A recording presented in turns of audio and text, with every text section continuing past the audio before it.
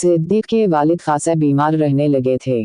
जब हाजी निसार अहमद साहब को सिद्दीक के वालिद की बीमारी का इल्म हुआ तो वो अपने बड़े बेटे अफताब अहमद के साथ सिद्दीक के वालिद की इयादत को पहुँचे। जब वापस जाने लगे तो अफताब अहमद ने सिद्दीक को इंतहाई तकब्बुर भरे लहजे में कहा, सिद्दीक, तुम्हारी वालिदा ने उजाला को फ़ोन किया था।